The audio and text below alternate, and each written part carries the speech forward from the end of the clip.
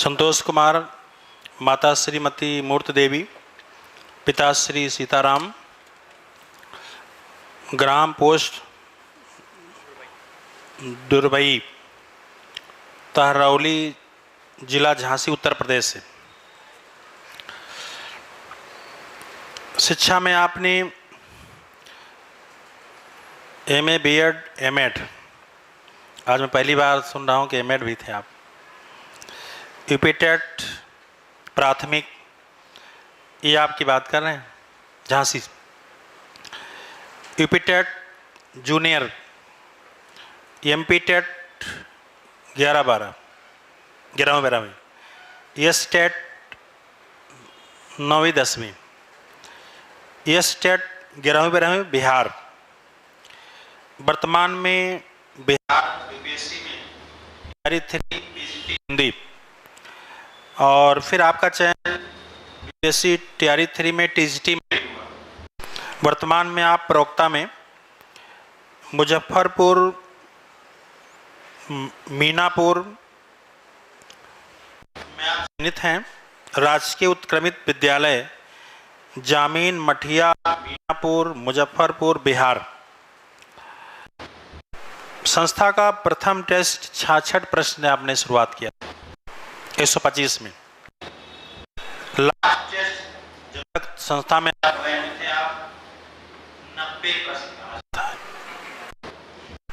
इससे ऊपर आपका नहीं पाया।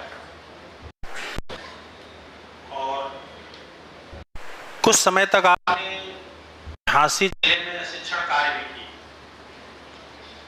उसके बाद मोबाइल से कहीं अपने चैनल के माध्यम से संस्था के बारे में जानकारी हुई और चल पड़े। और संस्था में मुझे याद है कि आप आए थे और यहाँ रुके भी थे, 2-4-5 दिन थे संस्था में ही। और जब आपकी परीक्षा दिए थे, मैं नहीं जान पाया था, मेरे मोबाइल में आज भी है, बस लिखा था सर मेरा इतना प्रश्न है, मेरा हो जाएगा। तो हम नहीं जान पाए कौन थे, बस लिख दिए थे हो जाएगा उसमें। फिर जब आपका हो गया तब लिखे झांसी, तब जान पाए। तो तभी वो मैसेज ऐसे पढ़ा रहा, क्योंकि 999 मैसेज आते हैं रोज सुबह सुबह। तो फिर कल परसों फिर मैसेज आया कि मैं आ रहा हूँ, तो देखा। लेकिन इसके पहले पूछ चुके हैं आप, लेकिन नहीं कहे थे हम झांसी के हैं, कितना मेरा सिलेक्शन होगा कि नहीं। तो इस समय दोनों पोस्ट पे आप हैं, जिसमें प्रवक्ता में आप ज्वाइन किए हैं। तो पहले आप संतोष कुमार जी की बातें सुनेंगे, और ये कन्फ्यूजन आपके दिमाग में नहीं कि टेस्ट में अच्छा ना होना भी आपका सिलेक्शन होता है, ऐसा नहीं। बस ईमानदारी से लगे रहना। तो अब आप लोग सुनेंगे आपकी बातें,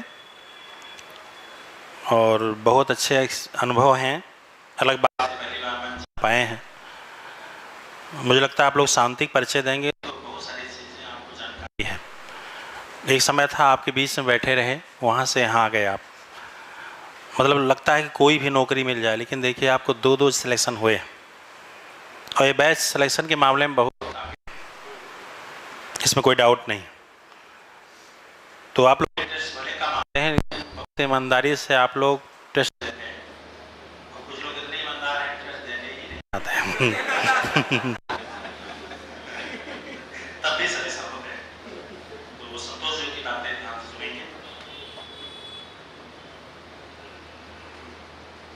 तो आपके पास बहुत सारे अनुभव हैं। सबसे पहले अपने गुरुजी को कोटि कोटि प्रणाम करते हुए कि जिनकी कृपा से, जिनके मार्गदर्शन में पढ़ाई करते हुए, जिनके संदिग्ध में रहते हुए आज सफलता को प्राप्त हुआ है। और इनको हम कोटि कोटि गुरुजी को जितना भी कहें धन्यवाद, प्रणाम। कि एक रास्ता बताने वाले हमें गुरु ही होते हैं, जिनके बताए रास्ते पर हम चलते हुए अपने जीवन में तरक्की करते हैं, आगे बढ़ते हैं। उसमें सबसे पहले मेरे माता पिता, उसके बाद जैसे बड़े होने पर हम पाठशाला में पहुंचते हैं तो गुरुजनों का बहुत बड़ा सहयोग होता है, और उनकी कृपा से धीरे धीरे अपना विकास करता हुआ अपने मंजिल तक पहुंचता है। और उस मंजिल में पहुंचने का गुरुजनों का बहुत बड़ा सहयोग, बहुत बड़ा हाथ होता है।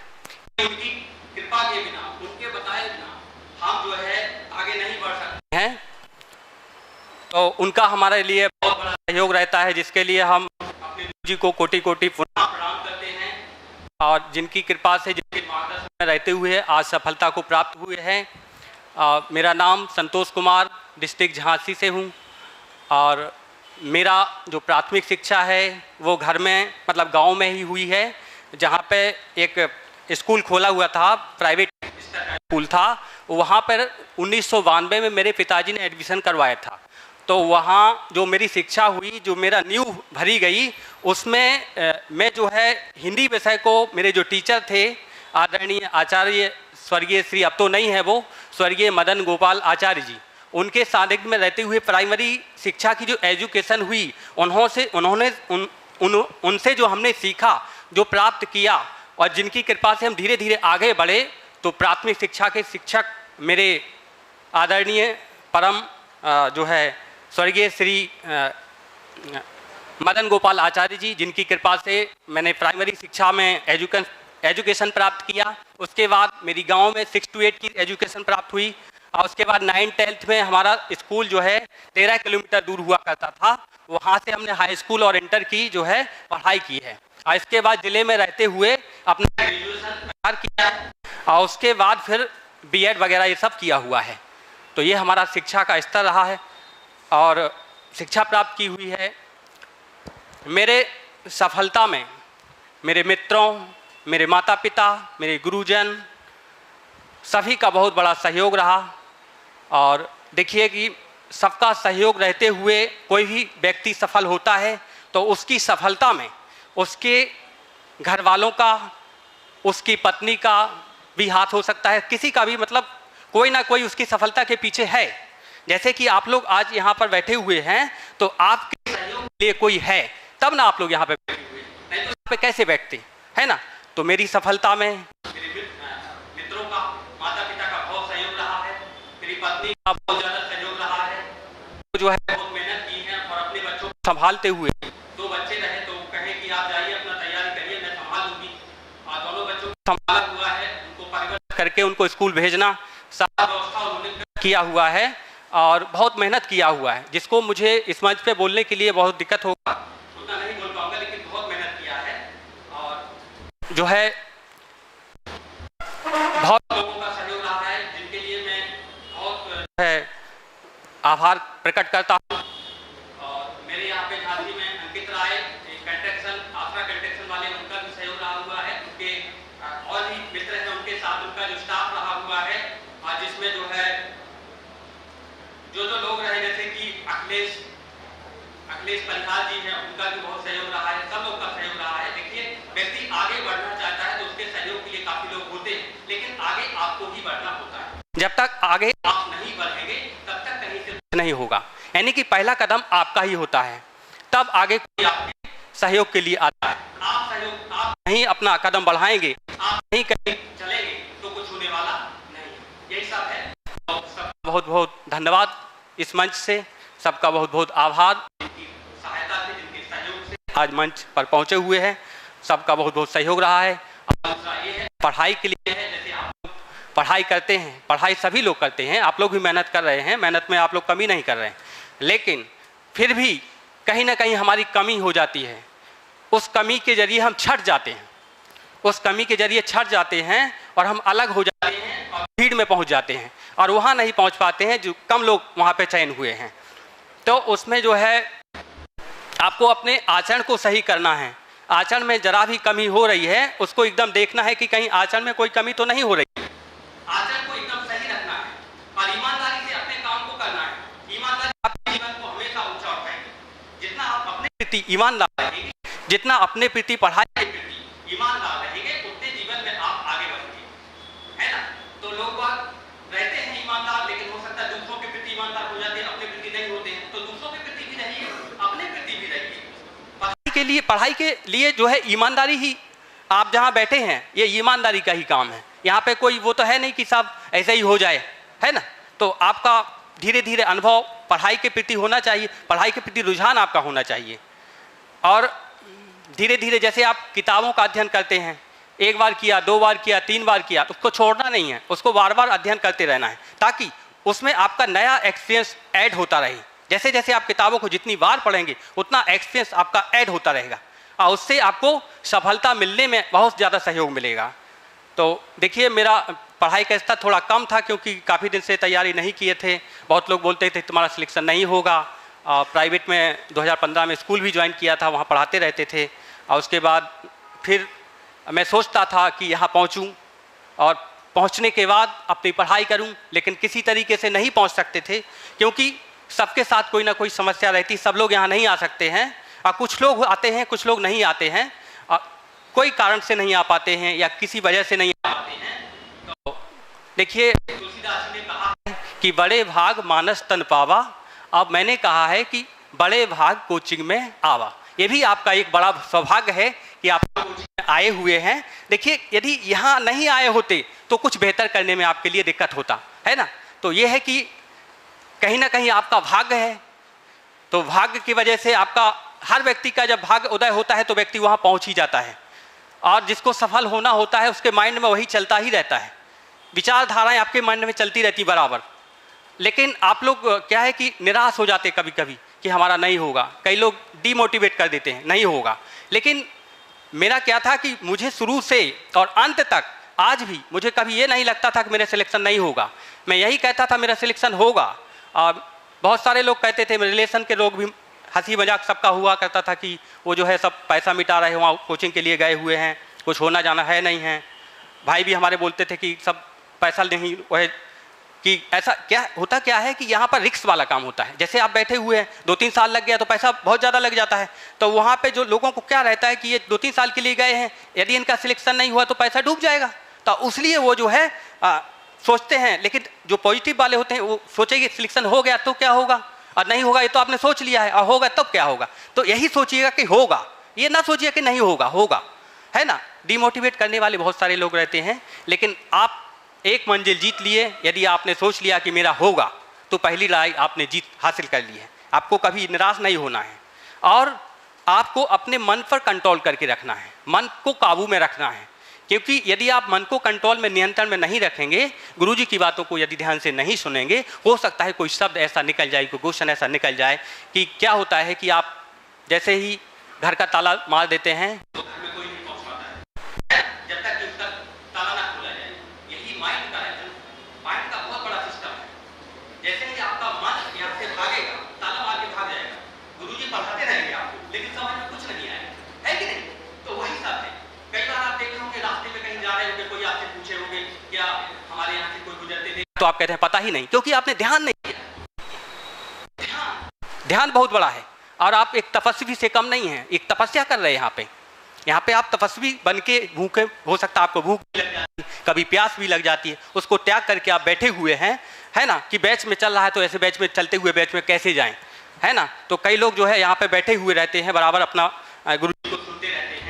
तो मैं यही कहूँगा कि आप लोग गुरु जी की बातों को सुनिएगा, ध्यान दीजिएगा, ध्यान से पढ़िएगा, जहाँ भी जो भी काम करिएगा ध्यान से करिएगा, ध्यान को मत हटाइएगा, है ना। अब कई लोग क्या होता है कि पेपर देने जाते हैं तो वहाँ ध्यान नहीं देते तो रोल नंबर भी गलत कर देते हैं, हो जाता है। ये ध्यान का सबसे बड़ा खेल है।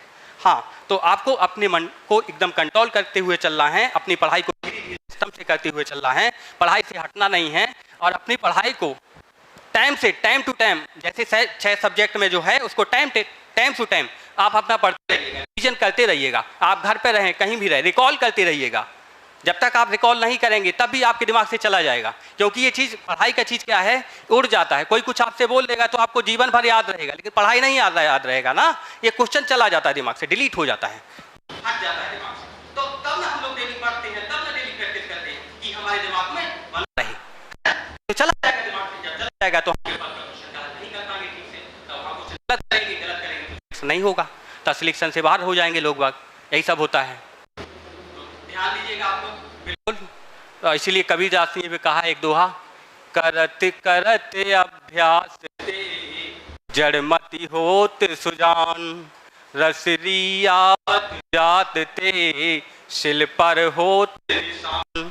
यानी कि जब एक मुलायम रस्सी की रगड़ से और कठोर पत्थर पर चिन्ह पड़ सकता है, तो वो बालक ने सोचा था कि हमारे मस्तिष्क में क्यों अंकित नहीं हो सकता है।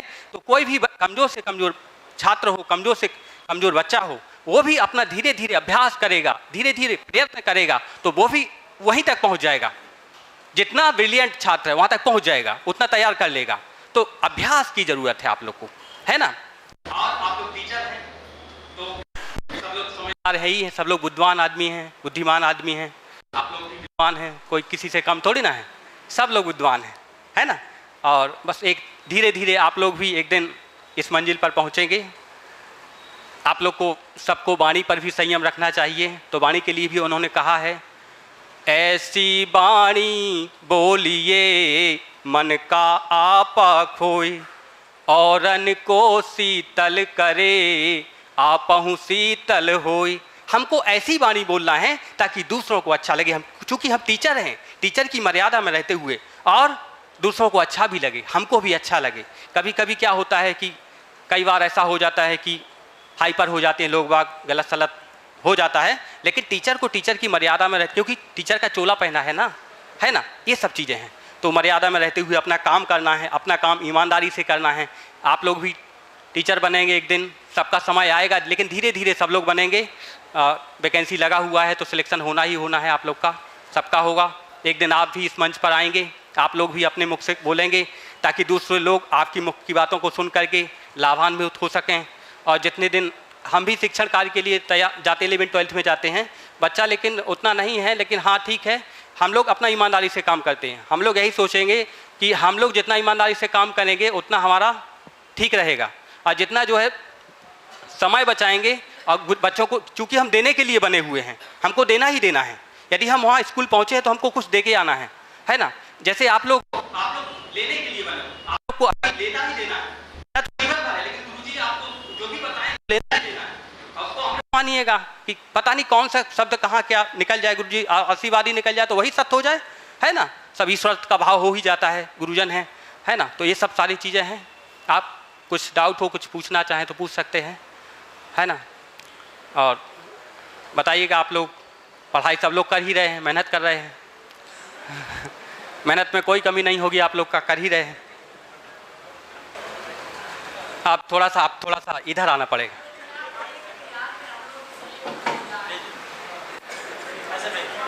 हाँ माइक दीजिए, लीजिए माइक लीजिए। भाई आवाज़ नहीं पहुंचेगी तो आवाज़ जवाब कैसे होगा। सर बिहार में पूछ रहे हैं, बहुत कमजोर हैं तो कैसे आप क्या करेंगे, वहाँ सिलेक्शन मिला, यहाँ तो नहीं मिल पाएगा अभी। देखिए, जीएस पर कमांड करिए, जीएस 50% प्लस करिए, 70 क्वेश्चन करिए हिंदी में, श्योर पहुँचेंगे। जो यहाँ 40 नंबर कर रहा है वो भी बिहार पहुँच सकता है। बिहार का सिलेबस बहुत आसान है, ठीक है। जीएस के लिए कोई जीएस वही सामान्य जीएस है, बहुत ज़्यादा नहीं। बिहार शिल्पी, यूपी शिल्पी हल करिए, हो जाएगा आपका। हाँ शिल्पी कर लीजिए, हो जाएगा। हम बिना किए गए थे, 21 क्वेश्चन करके आए थे, 71 हिंदी में 92। हाँ कर लीजिएगा, लेकिन हम 2016 से लेके 19 तक पढ़े थे जीएस। उसके बाद आज तक मैं जीएस नहीं पढ़ता हूँ। जिसमें बैठता हूँ 50% प्लस 60% तक हमारा जीएस वैसे होता है, चाहे स्टेट हो, चाहे टेट हो, चाहे जो भी परीक्षा हो। मैं कभी जीएस नहीं पढ़ता हूँ। बिहार के लिए भी मैं जीएस नहीं पढ़ा था, केवल हिंदी 22 दिन मेरे पास थे। 22 दिन में हमने हल किया और जो है 92 क्वेश्चन करके आए थे। और गुरु से बताए 92 का 92 था, न 91 हुआ न 93 हुआ। जीएस के लिए गुरु जी आपको बताते हैं, उतना आप लोग करते रहिएगा, हो जाएगा आप लोग का। और विश्वास करिएगा, अपने आप पर भरोसा करिएगा। हाँ विश्वास कभी कमज़ोर नहीं होना चाहिए आप लोग का कि नहीं होगा, देर लगेगा, और जहाँ भाग होगा वहाँ तो होना ही होना है कि नहीं। होना ही होना है। तो क्या होता है कि जब तक हम नहीं कर पाते उतना क्वेश्चन तो छट ही जाते हैं, वही सब है। आप लोग को प्रैक्टिस खूब करना है। जीएस जितना बताएं गुरुजी, जीएस पढ़ना है। मेरा भी जीएस का 9-10 में 25 क्वेश्चन हो गया था, 25-40 में से, और थोड़ा सा उसमें जो है 70 से कम हो गया था, लेकिन जीएस का अच्छा हो गया था तो पहुंच गया था। तो पूर्वी चंपारण मेरा सिलेक्शन हुआ 9-10 में, और 11-12 में मुजफ्फरपुर, यहाँ पे भी मेरा 70 प्लस यानी 71 क्वेश्चन और जीएस का 18-19 क्वेश्चन, 18 क्वेश्चन ऐसा कुछ रहा, 18-19 के लगभग। तो यहाँ पे मेरा भी सिलेक्शन हो गया, दोनों जगह सिलेक्शन हो गया है। तो वर्तमान में मैंने मुजफ्फरपुर ज्वाइन किया है पीजीटी का। तो यही है कि गुरुजी की कृपा है, उनके सानिध्य में रहे हैं, है ना, सब यही है। तो एक दोहा मुझे याद आता है, फिर सुनाते हैं आप लोग को। गुरु गोविंद दो खड़े काके लागो पाए, बलिहारी गुरु आपने गोविंद दियो बताए। ये सब है, गुरुजी ही हमको आगे का रास्ता बताते हैं, है ना। तो और देखिए एक दोहा और आया है कवि का। कदली सीप भुजंग मुख एक स्वाति गुण तीन, जैसी संगत कीजिए वैसा ही फल दीन। आप जैसी संगति में रहेंगे वैसा ही आपको उसका फल मिलेगा। संगति को बिगड़ने नहीं देना है, अच्छे लोगों के साथ ही रहना है। और आप लोग सब लोग अच्छे ही हैं, टीचर लोग सब लोग अच्छे ही होते हैं, है कि नहीं। लेकिन कहीं जा रहे हैं, कहीं आ रहे हैं तो बचना है बहुत सारी चीज़ों से। और आचरण को तो हमेशा देखते रहना है कि कहाँ जा रहे हैं कहाँ नहीं। और एक चीज़ और है, आप लोग को ये भी देखना है कि हम कहाँ जा रहे हैं, यानी हम व्यक्ति को कहाँ जाना है कहाँ नहीं जाना, ये पहचान होना चाहिए, है कि नहीं। हम कहाँ जा रहे हैं, हमें कहाँ जाना चाहिए, हम क्या पढ़ रहे हैं, हमें क्या पढ़ना चाहिए, है कि नहीं। कहाँ जा रहे हैं ये देखो ना, कौन देखेगा, कोई नहीं देखेगा, आप ही देखिएगा। हम क्या पढ़ रहे हैं, हमें क्या पढ़ना चाहिए, ये हमेशा देखिए। क्या पढ़ रहे हैं, क्या पढ़ना है, कहाँ जा रहे हैं, कहाँ जाना है, ये कौन देखेगा, है ना। ये सब चीज़ें हैं जिससे आपके जीवन में आपको, आप अपने आप को नहीं देखेंगे तो कोई नहीं देखेगा। अपने आप से बेहतर अपने आप को कोई जानता नहीं है। आप अपने आप को जितना बेहतर जानते हैं कोई नहीं जानता है ना, क्योंकि आप अपने बारे में ज़्यादा जानते हैं। दूसरा व्यक्ति आपके बारे में उतना नहीं जानता है। जब आप उससे मिलेंगे, वार्तालाप करेंगे, तब ना वो जानेगा, है ना।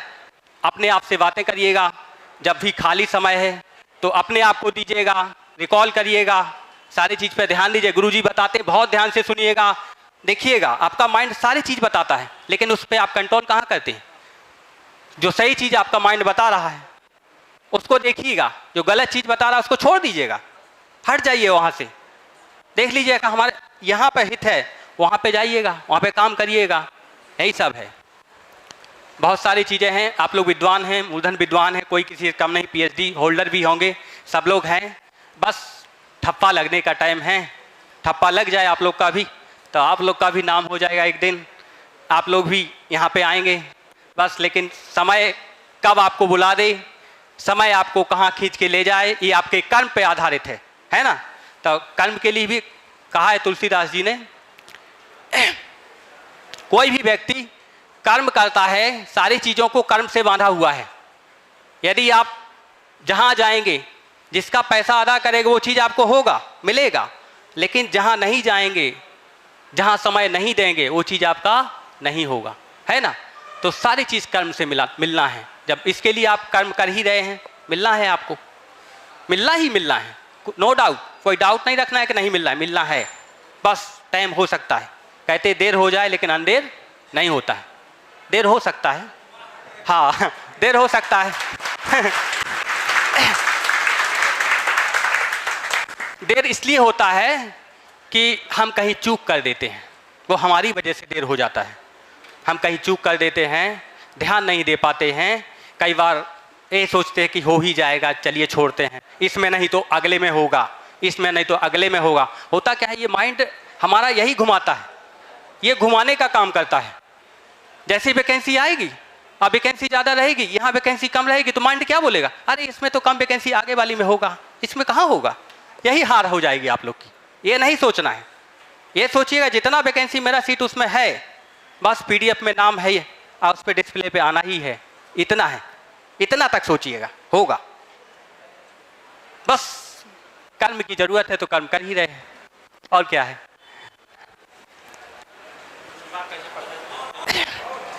देखिए, पढ़ने के लिए किसी विद्वान ने कहा है, रात को जल्दी सो जाना और सुबह जल्दी जगना मनुष्य को स्वस्थ और धनवान बनाता है ना। तो आप हमारे पढ़ने का जो तरीका था 11 से 12 तक पढ़ते थे, रात में 6-7 घंटे की नींद लेने के बाद 6.5-7 घंटे की नींद लेने के बाद 6 से 7 के बीच में पुनः जागने के बाद पढ़ाई शुरू करते थे। ये नहीं थी आप पहले पढ़ाई करेंगे 2-3 घंटे तब कुछ खान पान का रखेंगे, ये नहीं कि पहले खान पान का रखेंगे, नहीं, ये नहीं करना है। पहले पढ़ाई फिर बाद में दूसरा काम। आप सोचेंगे पहले खाना बना ले, पहले ये काम कर ले, वो काम कर ले, तो पढ़ाई तुरंत मन जो है ले जाएगा आपको मोबाइल की तरफ ले जाएगा, तो मोबाइल चलाना शुरू करेंगे और पढ़ाई छूट जाएगा, है कि नहीं। तो यही सब है, कंट्रोल करना है बस। मोबाइल बहुत जल्दी टाइम खा लेता है, पता नहीं चलता है। 11 बज जाता, रात देख मैसेज डिलीट नहीं होता, तो मैसेज आता रहता है वही सब मैसेज पे मैसेज आ रहा है, अब आप लोग उसका जवाब डाल रहे हैं, है कि नहीं। यह सब चल रहा है, तो उसको हटा दीजिएगा, देख लीजिएगा कि अब वो भी जरूरी रहता है कि नहीं।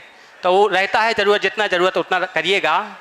पढ़ाई हमारा यही था, सिस्टम से पढ़ाई करते थे, मोबाइल को साइड करते थे तो वही सब त्याग, आपके अंदर त्याग होना चाहिए। जब तक त्याग नहीं करेंगे किसी चीज़ का, कुछ पाने के लिए कुछ खोना पड़ता है कि नहीं।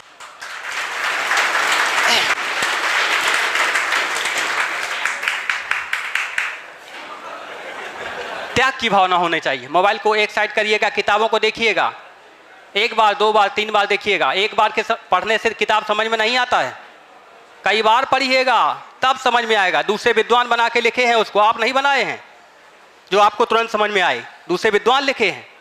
तो दूसरों की चीज़ों को समझना इतना आसान थोड़ी ना है, कई बार पढ़ना पड़ेगा, बार बार पढ़ेंगे तब उसका क्वेश्चन आपको पता चलेगा। और किताब पढ़िएगा, प्रैक्टिस करिएगा, जो किताब पढ़ रहे प्रैक्टिस करते जाइए, लगाए। गुरुजी सारा चीज़ बताते हैं, उनसे बेहतर कोई नहीं जान सकता है, सारा टेक्निक बताते हैं आप लोग को। टेक्निक है ना, सब चीज़ का टेक्निक गुरुजी के पास ही तो है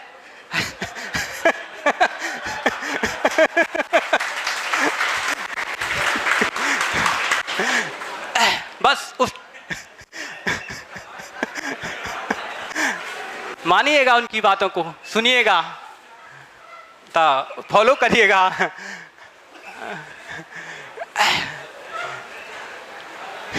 सारा चीज़ बताते हैं, आप लोग उसको फॉलो करिएगा। टाइम लगेगा, टाइम तो लगता है, क्योंकि सबका अलग अलग है, सबका कर्म अलग अलग है, किसी का कर्म एक जैसा नहीं हो सकता है। सबका जन्म अलग अलग है, सबका कर्म अलग अलग है, सबका सब कुछ अलग अलग है, और सबकी मातृभूमि, सबकी कर्मभूमि सब अलग अलग है। आज आपका बहुत सौभाग्य है कि आप लोग अच्छे सानिध्य में मूलधन विद्वानों के साथ, सभी के साथ मिलकर के शिक्षण कार्य को कर रहे हैं। सीखने का मौका मिल रहा है, सभी कलाओं को सीख रहे हैं, सभी कलाओं में पारंगत हो रहे हैं। गुरुजनों की बातों को सुनते हैं तो आपके अंदर एक नई कला का विकास होता है। जैसे जैसे आप डेली कोचिंग आते हैं, आप डेली हर दिन कोई कला सीखते हैं, कोई ना कोई कला सीखते हैं हर दिन। यही सब है। आज हिंदी दिवस है, 14 सितंबर, हर दिन हर वर्ष, प्रत्येक वर्ष हिंदी दिवस मनाया जाता है। तो आज सभी को हिंदी दिवस की बहुत बहुत शुभकामनाएं, बहुत बहुत बधाइयाँ आप लोग को। और हिंदी हमारी मातृभाषा है, जिस परिवेश में हम रहते हैं बचपन से लेकर आज तक, है ना, हिंदी ही का पालन पोषण हमारा हुआ है, हिंदी में ही हम वार्तालाप करते हैं, सारा चीज़ हिंदी ही है, तो हिंदी ही तो पढ़ना है। कौन सी कठिन बात है, बस उसको सरल बना दीजिएगा किसी तरीके से। टेक्निक सुनिएगा, क्या टेक्निक आज बता रहे गुरुजी, उसको फॉलो करिएगा। बाकी आप लोग का कोई सुझाव, मतलब कुछ हो विचार तो कह सकते हैं। शीघ्र ही आप लोग इस मंच पर मंचासीन होंगे, ऐसी मेरी ईश्वर से कामना है कि जल्दी से जल्दी आप लोग इस बेरोजगारी से छुटकारा पाएं, है ना। क्योंकि बेरोजगारी बहुत दिक्कत रहता है, बहुत समस्याओं से जूझना पड़ता है, और जिन समस्याओं से आप जूझते हैं ये लोग आप लोग आपसे बेहतर कोई नहीं जान सकता है, आप लोग जानते हैं, सब लोग, बहुत दिक्कत रहता है। बस ये है कि होगा, देर सवेर होगा।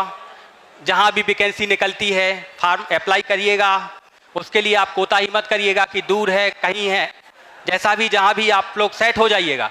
यूपी में हो जाइए तो सबसे अच्छा है, अदर राज्य में जाइएगा तो वहाँ भी चल जाइएगा, पढ़ाना तो है कि नहीं।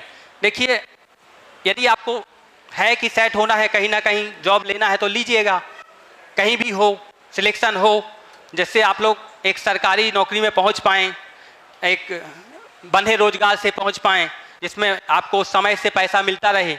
क्योंकि हम लोग को अपना मेंटेन करने के लिए समय से पैसे का ज़रूरत रहता है ना, तो समय से मिलता रहता है तो सब मेंटेन होता रहता है, सारे चीज़ व्यवस्थाएं, घर की व्यवस्थाएं, रिलेशन की व्यवस्थाएं, सब चलता रहता है।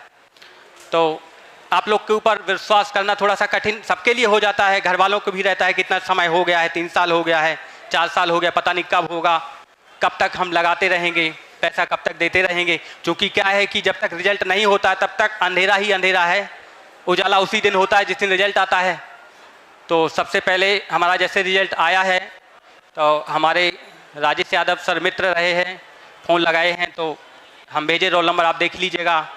तो हमको भरोसा नहीं हो रहा था, लेकिन देखे हैं, वो देखे कि हाँ हुआ है सिलेक्शन आपका, बीपीएससी TRE 3 में जो है सिलेक्शन है। इसके बाद हम गुरुजी से भी बताए हैं तो मैसेज किए हैं, लेकिन हम इस इंतज़ार में थे कि पीजीटी का भी सिलेक्शन होगा, तो दोनों खुशियाँ गुरुजी को बताएं कि दोनों जगह सिलेक्शन हुआ है। थोड़ी देर रुके रहे, सबसे पहले हमारा जो है 16 दिसंबर को रिजल्ट आया, इसके बाद 26 दिसंबर को रिजल्ट, 10 दिन का अंतराल हुआ है। तो फिर पुनः हमारे राजेश यादव देखे, वही रोल नंबर रहता है सब, तो बताए कि हाँ दोनों जगह सिलेक्शन है आपका, और सबका सहयोग रहा है। राजेश जी कहते थे कि आप बने रहिएगा, पढ़ाई करते रहिएगा, जो दिक्कत होगा किया जाएगा। लेकिन हम सोचे कि हमका और परेशानी हुआ, घर का दिक्कत रहा, तो उतने दिन नहीं टिक पाए, 17-18 महीने यहाँ पे रह पाए। उसके बाद हम घर चले गए, लेकिन घर पे जाने के बाद भी वही काम हमारा जारी रहा, वही काम किया जो हम यहाँ करते थे, वही चीज़ सब पढ़ते थे, गुरुजी की बातों को सोचते थे कि क्या बताए थे, तो उसी के अनुसार अपना काम करते थे। क्योंकि यहाँ पे इतने लंबे समय तक रहना सबकी बस की बात नहीं रहती है, दिक्कत रहता है, सबको दिक्कत रहता है कहीं ना कहीं से, लेकिन गुरुजी की कृपा रहा।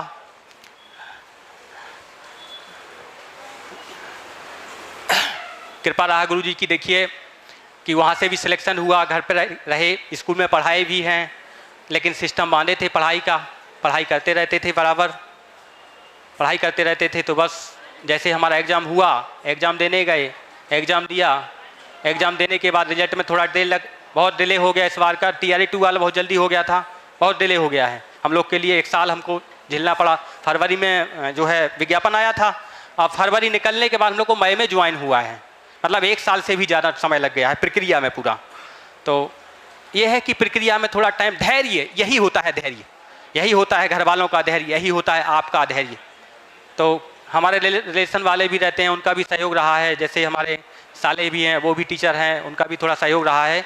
लेकिन वो लोग का विश्वास नहीं होता था, वो लोग को कहते थे कि पता नहीं होगा कि नहीं होगा, क्योंकि दिक्कत जब तक रिजल्ट नहीं होगा किसी को विश्वास नहीं होता है, ये सब रहता है।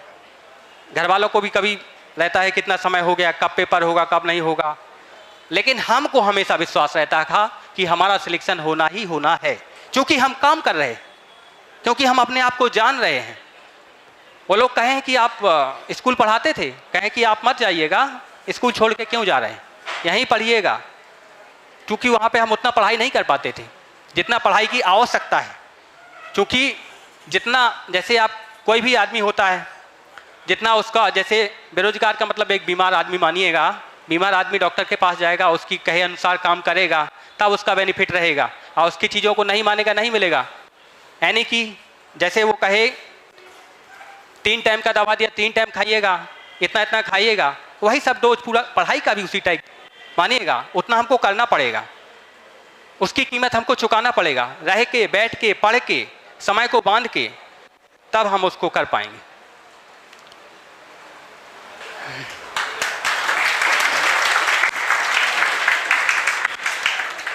माँ की लोरी है पिता का प्यार है हिंदी, हमारी आन बान शान है हिंदी, हमारी पहचान है हिंदी।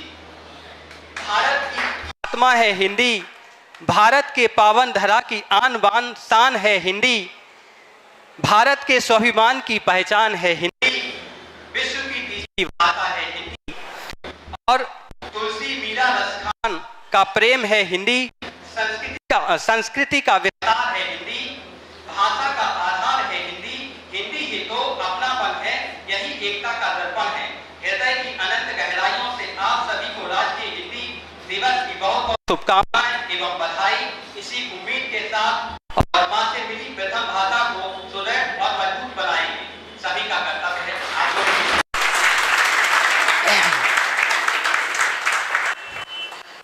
हमको इसी हिंदी के द्वारा पहचान मिली हुई है, हमारी हिंदी भाषा है, क्योंकि इसी भाषा में हम पले पूछे हुए हैं, सारी शिक्षा व्यवस्था इसी में हुई है। लेकिन संस्कृति की पहचान भी हिंदी है, इसी के द्वारा ही हम पहचाने जाते हैं। इंग्लिश में नहीं है इंग्लिश, लेकिन विदेशी कल्चर आ जाता है, हमारी संस्कृति छूट जाती है, तो हम अपनी संस्कृति को नहीं जो है रख पाते वहाँ पे। लेकिन जब हिंदी में हम हैं तो हिंदी हम जो है सारी चीज़ों को जो है फॉलो करते हैं। यही सब है।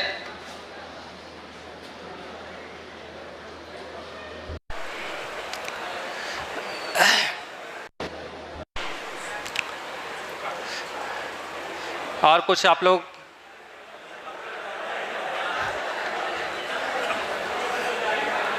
कुछ जानना चाहेंगे आप लोग?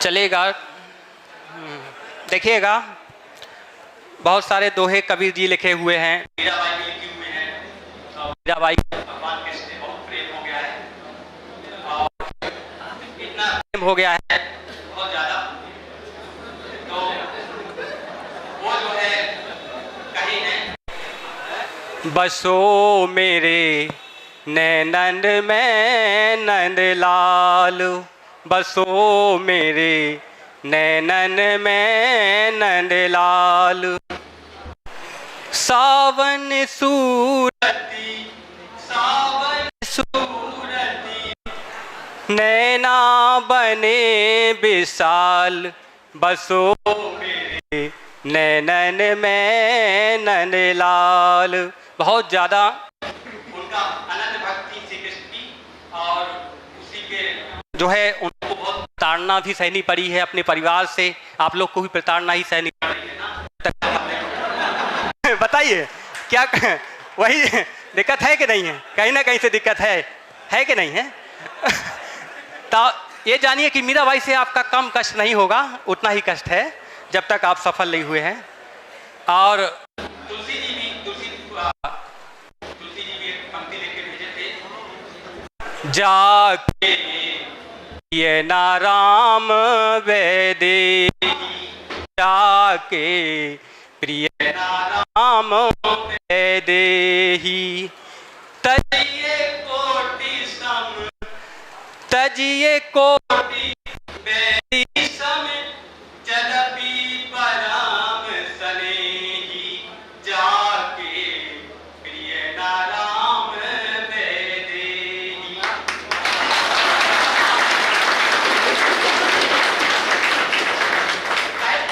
त्याग दीजिए, कहते थे त्याग दीजिए, जो है भगवान के लिए इतना मना करते हैं या दिक्कत है, कोई दिक्कत है तो सब छोड़ दीजिए, चाहे जो।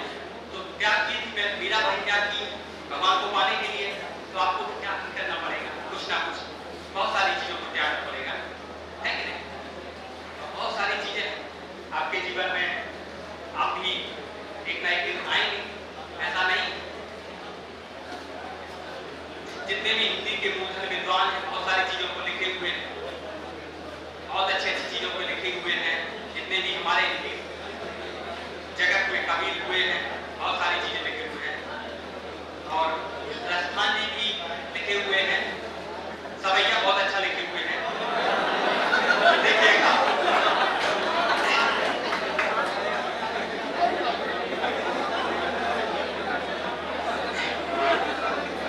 सवैया के लिए बहुत अच्छा है, बहुत गा के लिखे हुए हैं। देखिए ये तो मुस्लिम कवि थे, लेकिन फिर भी हिंदी के लिए और भगवान कृष्ण के लिए जो है इन्होंने बहुत कुछ लिखा हुआ है।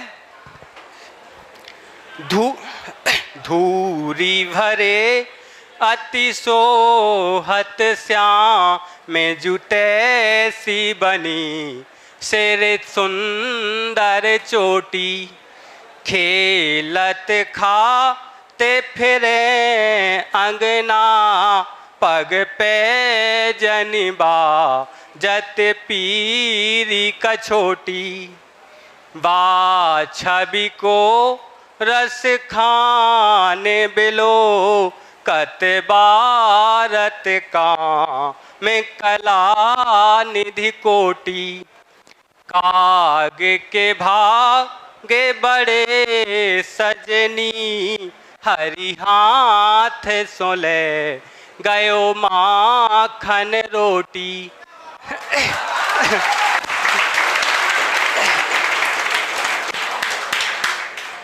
कैसा लग रहा आप लोग? अच्छा लग रहा है? खुश?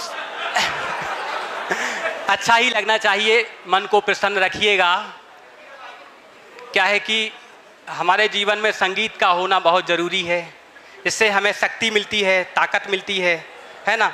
और हमारे कवि हिंदी में किसी से कम नहीं हैं, बहुत सारी चीज़ों को लिखे हुए हैं, बहुत अच्छा लिखे हुए हैं, लेकिन हम लोग उनको पढ़ नहीं पाते हैं, समझ नहीं पाते हैं, हमारी थोड़ी कमी रह जाती है।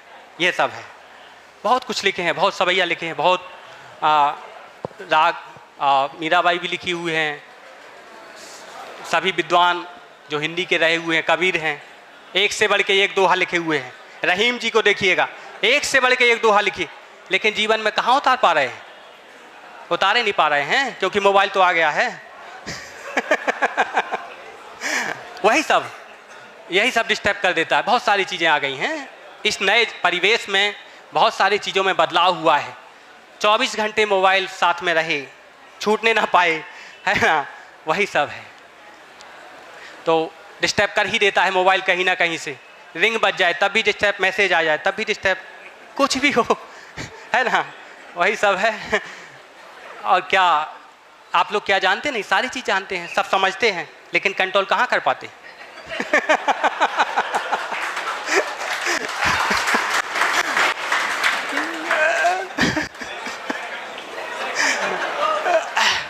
वही सब है। तो सब टेक्निक को अपनाइएगा, है कि नहीं? कहना मानिएगा अपने गुरुजनों का, अपने माता पिता का, सभी का कहना मानिएगा। और वो लोग गुरुजी बताएंगे तो अच्छा ही बताएंगे आपके लिए, आपके माता पिता ही आपको अच्छा बताएंगे। और यही कहता हूँ मैं, किसी का सहारा बनिए ना बनिए, लेकिन अपने माता पिता का सहारा जरूर बनिए, है कि नहीं?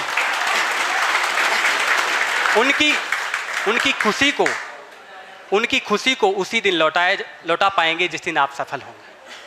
उनकी खुशी का ठिकाना नहीं रहता है, गुरुजनों की खुशी का ठिकाना नहीं रहता है। उनकी खुशी, आपकी सफलता, गुरुजनों की खुशी और माता पिता की वही खुशी है जिस दिन आप सफल हो गए।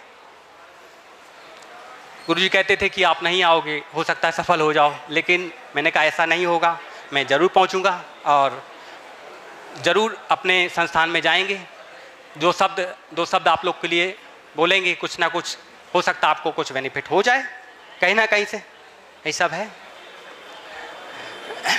तो इसी के साथ अब अपनी वाणी को विराम दें।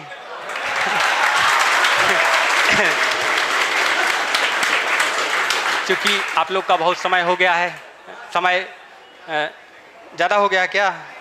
नहीं हुआ है तो अच्छा लग रहा है। चलिए कोई बात नहीं, अच्छा ही लगेगा आप लोग को।